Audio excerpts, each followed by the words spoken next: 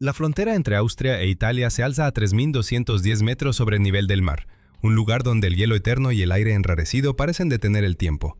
El 19 de septiembre de 1991, en una jornada soleada, dos turistas alemanes, Helmut y Erika Simon, que habían tomado un atajo a través del paso llamado Thiesenhoch, se perdieron en la inmensidad blanca. Fatigados, caminaban atentos a cada paso para no caer en una grieta, cuando su mirada tropezó con algo que heló sus corazones. Asomando de un glaciar que empezaba a derretirse, sobresalía un cuerpo humano boca abajo. La piel tenía el tono amarillento del pergamino antiguo, tendida sobre los huesos. La cabeza estaba desprovista de pelo y una mano quedaba torcida detrás de la espalda. El agua del deshielo que rodeaba el cadáver estaba teñida de color pardo. Los turistas supusieron que se trataba de un alpinista muerto hacía 10, quizá 20 años, otra víctima que el hielo devolvía a la superficie. Hicieron una fotografía, la última imagen de un desconocido alpinista. Ignoraban que tenían ante sí a un hombre que había sido testigo del nacimiento de la civilización europea y que aquella instantánea había capturado el mayor hallazgo arqueológico de la historia. Habían encontrado a Otzi, el hombre de hielo.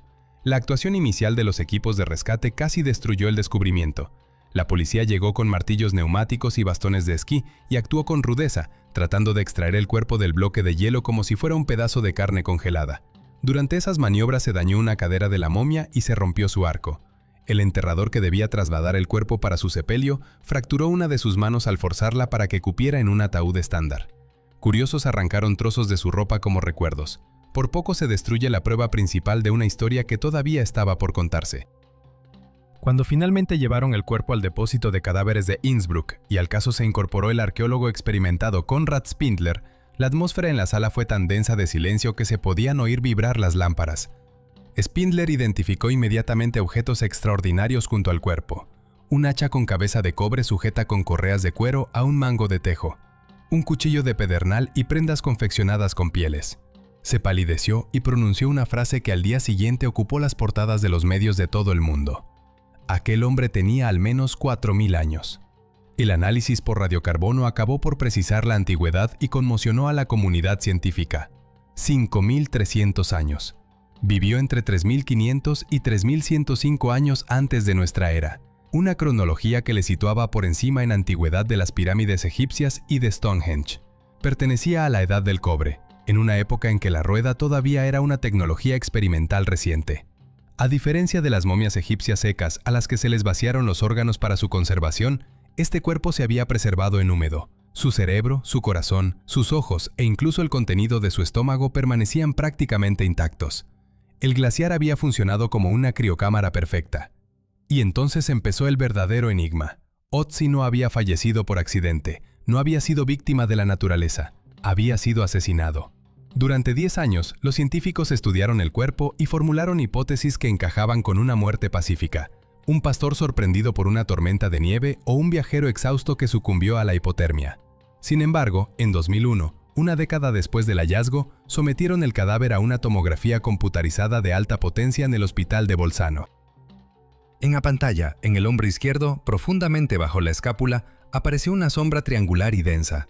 No era una piedra, sino la punta de una flecha de pedernal. El mundo científico dio un vuelco. Otzi había sido asesinado. Era, con toda probabilidad, el caso de homicidio no resuelto más antiguo conocido. La flecha había penetrado por la espalda desde cierta distancia, atravesando la escápula, perforando las costillas y el vértice del pulmón izquierdo, y de forma decisiva seccionando la arteria subclavia, un gran vaso que viene directamente del corazón. Fue una herida mortal. La sangre brotó en surtidores dentro de la caja torácica y la muerte llegó en cuestión de minutos, como máximo en 10. Había sido un ataque fulminante y deliberado. Pero quedaban preguntas sin respuesta. ¿Quién disparó y por qué? El agresor no se acercó para rematar, no robó sus posesiones. Junto al cadáver quedó el objeto más valioso de la época, un hacha de cobre auténtica, que en aquel tiempo podía equivaler al precio de una aldea o de un rebaño entero. Dejar ese hacha sobre el cuerpo era comparable hoy a abandonar un maletín con $1 millón en el escenario de un crimen. Si no fue un robo, cabía pensar en una ejecución, en una venganza o en la eliminación de un rival político. El asesino quiso únicamente que Otzi dejara de respirar. Para reconstruir lo ocurrido, los científicos recurrieron a la tecnología avanzada de análisis del ADN y ampliaron la investigación a los objetos personales del hombre de hielo. El biólogo molecular australiano Tom Loy pionero en el estudio de sangre antigua, se propuso una empresa casi imposible: buscar trazas microscópicas de hemoglobina y ADN en su ropa, en sus armas y en sus herramientas. Lo que halló estremeció a la comunidad. En los enseres de Ötzi había sangre, mucha sangre, y no toda suya.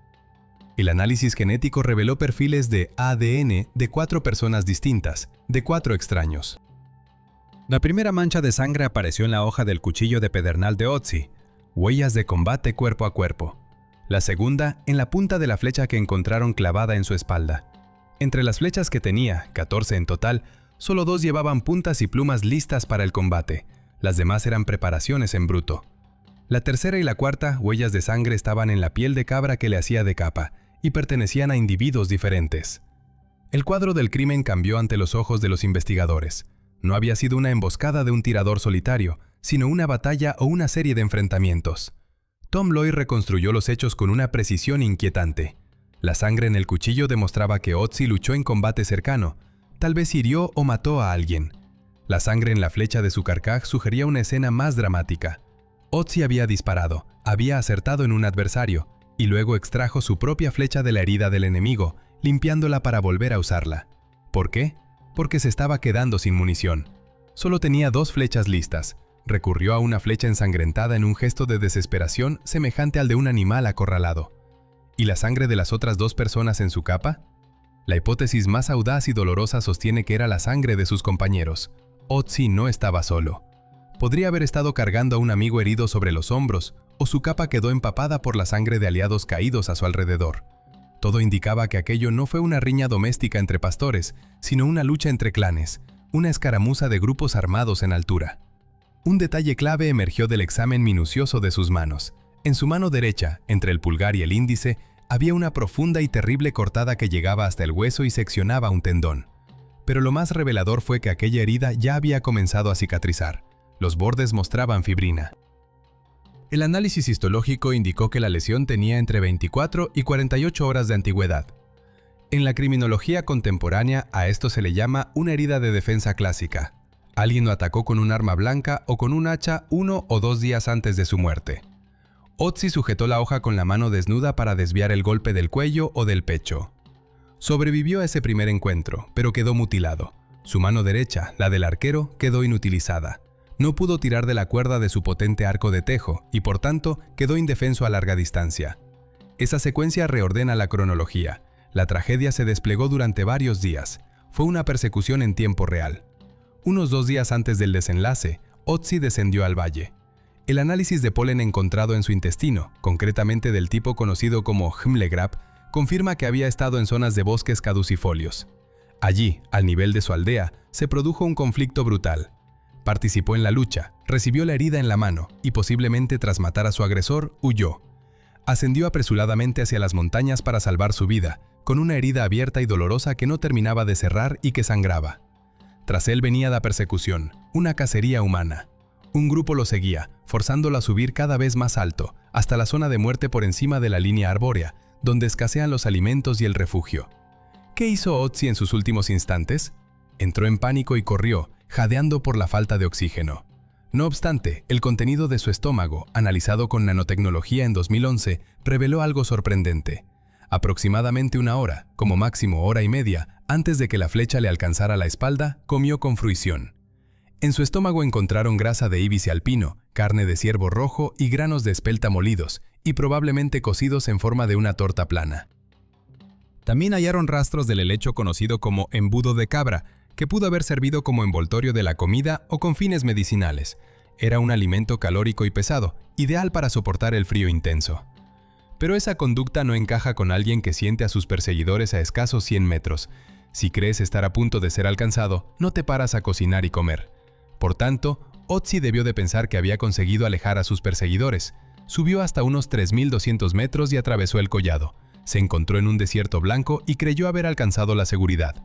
Localizó una pequeña depresión protegida del viento y encendió un fuego. Los carbones encontrados lo atestiguan. Comió y se dispuso a reparar su equipo. Junto a él se hallaron herramientas para arreglar flechas y la cuerda del arco. Ordenó sus pertenencias con cuidado y se relajó. Fue ese relax lo que resultó fatal. El asesino, maestro en el arte de la paciencia y del camuflaje, no había corrido detrás de él. Lo acechó con sigilo desde un saliente rocoso. Disparó desde una distancia de entre 30 y 40 metros. Fue un tiro en la espalda preciso, de francotirador. Ötzi no tuvo tiempo ni de tragar el último bocado. La flecha lo derribó de bruces, se golpeó la cabeza contra una piedra y sufrió una lesión cráneoencefálica con hemorragia cerebral, confirmadas por tomografía. El atacante se acercó al agonizante. Ötzi tosía, atragantándose con su propia sangre. En vez de rematarlo con un cuchillo, el agresor hizo algo simbólico y calculado. Volteó el cuerpo pesado o lo aplastó con su peso y arrancó con fuerza la asta de la flecha incrustada en su espalda. La punta de pedernal quedó dentro, diseñada para desprenderse. Las astas y las plumas se llevaron. ¿Por qué? Para ocultar pruebas. En el mundo antiguo una flecha era como una firma. Por las plumas, por las marcas del asta, se podía reconocer al artesano o al clan. El asesino no quiso que, si los parientes de Ötzi encontraban el cuerpo, supieran quién había matado. No era un simple crimen, era una limpieza, una eliminación. Volver al hacha de cobre permite comprender el estatus social de Ötzi. Durante largo tiempo se creyó que pertenecía al Neolítico tardío, a la Edad de Piedra, pero el hacha cambió la datación y la historia. El análisis metalográfico mostró que la pieza tenía una pureza de cobre del 99,7%, un grado de refinamiento extraordinario para la época. Para el año 3300 antes de nuestra era, la hoja estaba moldeada en un molde y pulida, no forjada, lo que revela una técnica sumamente avanzada. Y lo más asombroso fue el origen del metal. El análisis isotópico del plomo indicó que el mineral procedía no de los Alpes, como se pensaba, sino del sur de la Toscana, de la región de las colinas metalíferas, a 500 kilómetros del lugar donde Ötzi encontró la muerte. Esto demuestra que formaba parte de una vasta red comercial transeuropea. Poseer un hacha así era privilegio de un jefe, de un chamán o de un guerrero muy influyente. El arma era un cetro de poder. Tal vez la posición de poder fue la causa de su muerte, un golpe político, un intento de los jóvenes ambiciosos por derrocar a un líder viejo y enfermo. Ötzi tenía alrededor de 45 o 46 años, una edad avanzada para aquellos tiempos. Podría haber sido expulsado y enviado a silenciarlo definitivamente. Dejar el hacha en el lugar apunta a que los asesinos no buscaban riquezas, sino su aniquilación. Pero Ötzi no era únicamente un combatiente, su cuerpo era un compendio de dolencias y conocimientos.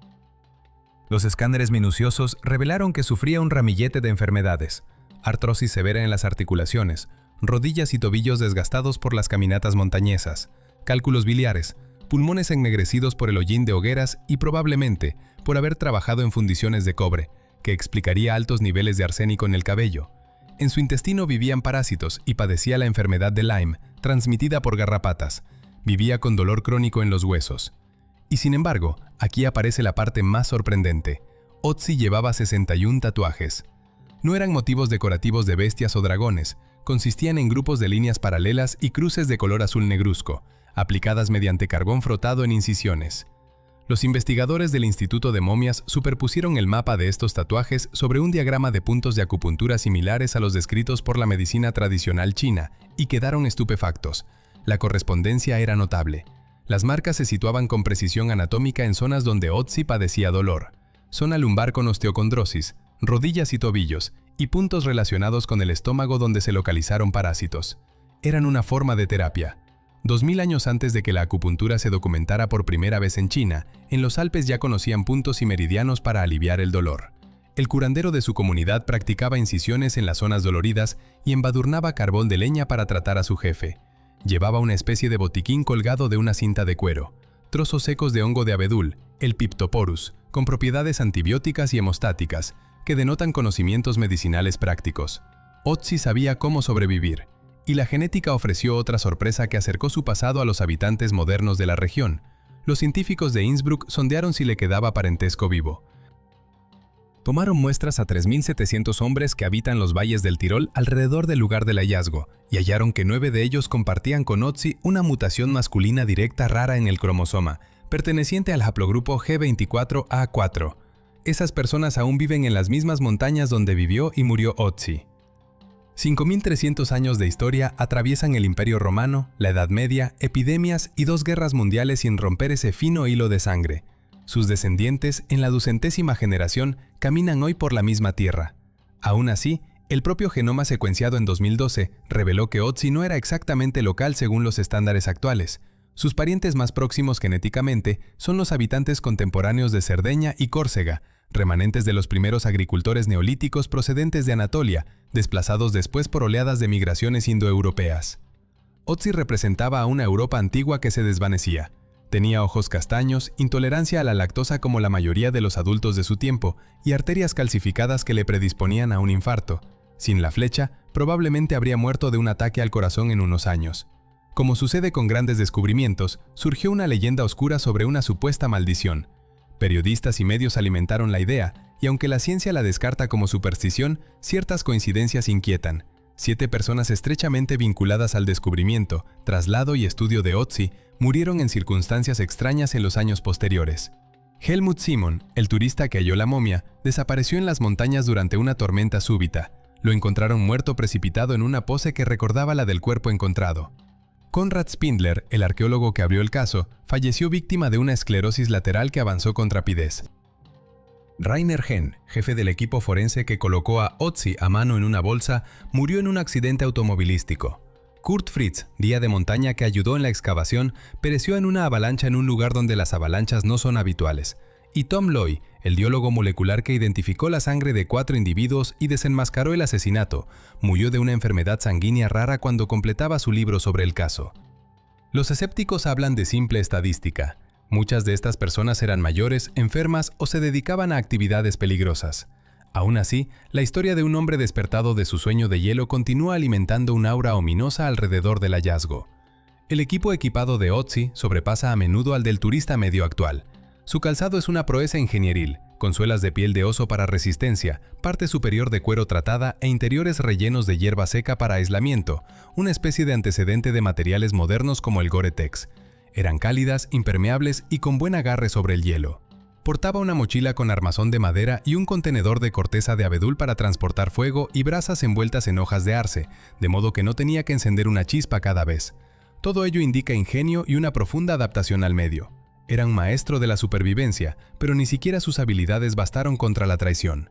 Hoy Otzi reposa en una cámara frigorífica diseñada a medida en el Museo de Arqueología del Tirol del Sur en Bolzano, a una temperatura de -6 grados centígrados y una humedad del 98%, condiciones que reproducen con precisión el glaciar que lo preservó durante 5.300 años. A través de una ventanilla blindada lo contemplan millones de personas de todo el mundo.